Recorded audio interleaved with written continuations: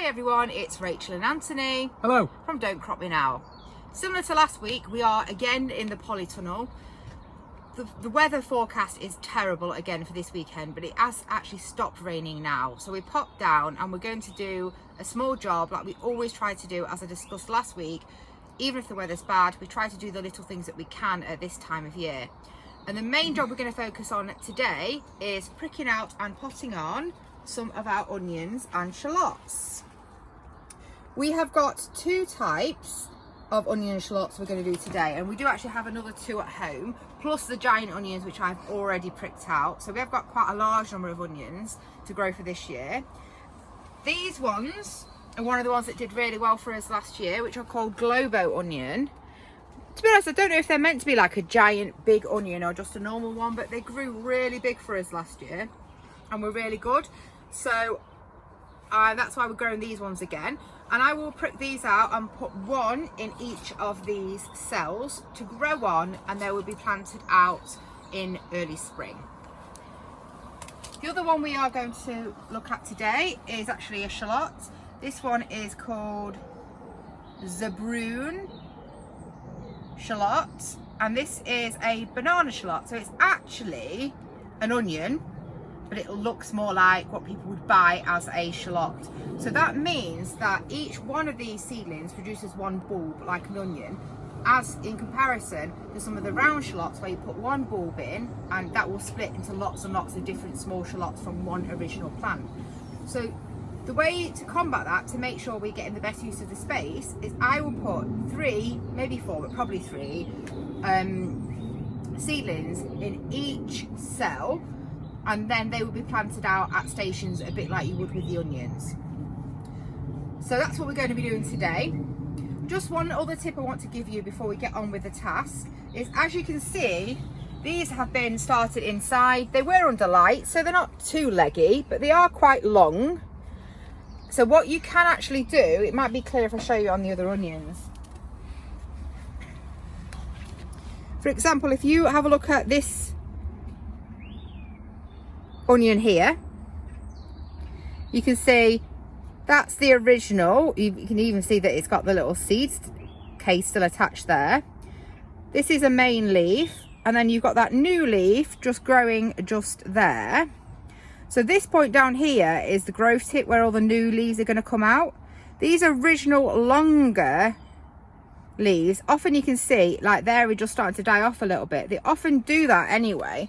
So what you can do, if you've got your plants, they're a little bit leggy or they're just a little bit long, when you're potting up, is you can give them a little bit of a trim, as long as you do not cut out that growth tip point where you can see that new leaf coming out. So I could cut that one completely to there, absolutely no problem.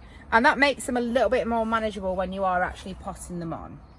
So this is the compost that we're going to be using. It is a multi-purpose compost. Most of this is new compost, but there's little bits where, for example, we haven't had seeds that have germinated well. I've poured this compost into here and it's been sitting in the polytunnel all winter, so you can see that that's just about bone dry. So it's perfect for potting on seeds, but obviously this is going to need a real good soaking. So this is our little potting table in the polytunnel, which we cleared up a couple of weeks ago because it is freezing to try and do these tasks outside, and at this time of year it's actually really nice in the tunnel. So as you can see, I am just filling these up, and I will give them a good water, probably a couple of times, and allow them to really soak in.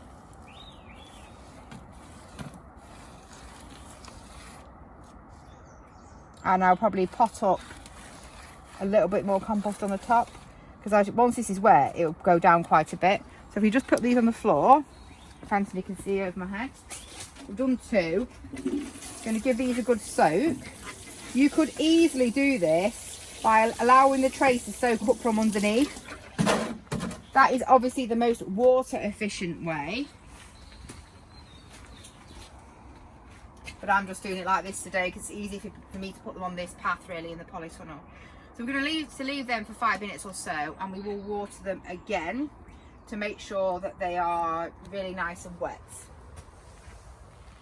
So after waiting probably at least 20 minutes, that compost is just not going to hydrate unless it's left out for a long period of time, because as you can see, it was absolutely bone dry. So I've given up on that idea. I put those other trays outside just to sit in the rain. I might leave them there for a couple of weeks and then use them for something else. And I've got myself one of our fresher bags of compost, which is a lot more, just, it's moist, it's okay. So we're going to use that to pot up these onion seedlings. So what I have done is I have separated them all out,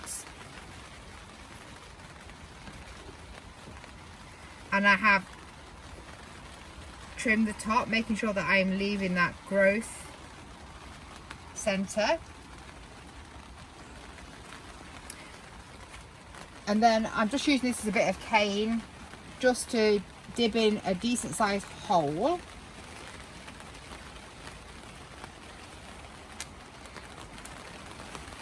And then I will drop one seedling into each hole, making sure the roots go in. I've had to take my glove off because I find you have like zero dexterity when dealing with these little seedlings, but unfortunately I managed to cut my hand last week, so I've got to keep this glove on because I don't want to get that wound dirty.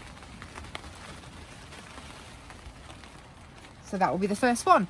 So I will just basically complete this off, and then we will put these probably in the cold greenhouse and leave them there to grow on until spring. So we've now pricked out and potted up the Globo onions, and the estimate was quite good actually, just 2 cells left for how many we had. So that should mean that we've got quite a good crop really in terms of number. We're nearly on 50 there, so it's not too bad.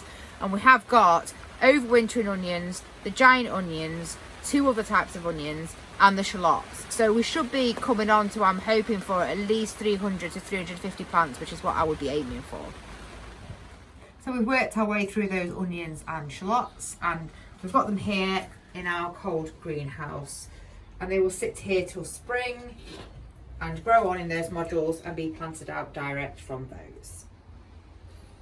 If Anthony just turns to his left, you can see our overwintering onions. And you can see they've obviously been a bit too damp in here, and they've got a bit of this growth on the top, but you know, the plants themselves look really healthy and they're not bothered by it. So what I probably will do is disturb the top a little bit,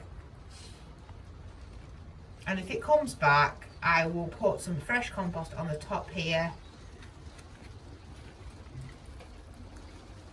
and maybe a bit of vermiculite or something like that just over the top. But the plants themselves look great, really healthy.